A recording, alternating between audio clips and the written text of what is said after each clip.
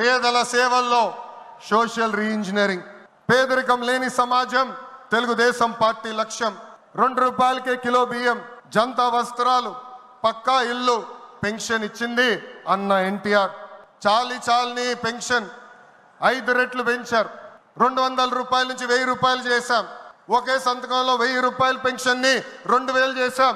ఇప్పుడు ఏకంగా భారతదేశంలో ఏ రాష్ట్రంలో ఇవ్వని విధంగా 4000 రూపాయల పెన్షన్ మన చంద్రన్న అందిస్తున్నారు. ఇంతేకాదు డ్వాక్రా, దీపం, అన్న క్యాంటీన్ ఇచ్చింది మన చంద్రన్న.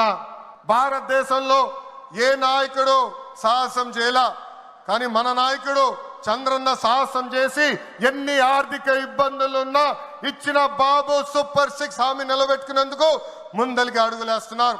మన ప్రభుత్వ అధికారులకు వచ్చిన వెంటనే పెన్షన్ పెంచాం. మూసేసిన అన్న క్యాంటీన్లు తిరిగి ప్రారంభించాం. మెగా డిఎస్సి ఏర్పాటు చేశాం. వచ్చే నెలలో తల్లికి వందనం ఇస్తున్నాం. ఆగస్టు మాసంలో ఉచిత బస్ ప్రయాణం కూడా మన ప్రభుత్వం అందజేయబోతుంది. ఇప్పుడు ఏకంగా P4 కాన్సెప్ట్ తో పేదరికం నుంచి కుటుంబాలు బయటికి తీసుకొచ్చేందుకు చేయూత అందిస్తున్నారు మన చంద్రన్న. తెలుగుదేశం పార్టీ ఆవిర్భావం తర్వాత బడుగు బలహీన వర్గాలకి ఆర్థిక రాజకీయ స్వాతంత్రం వచ్చింది.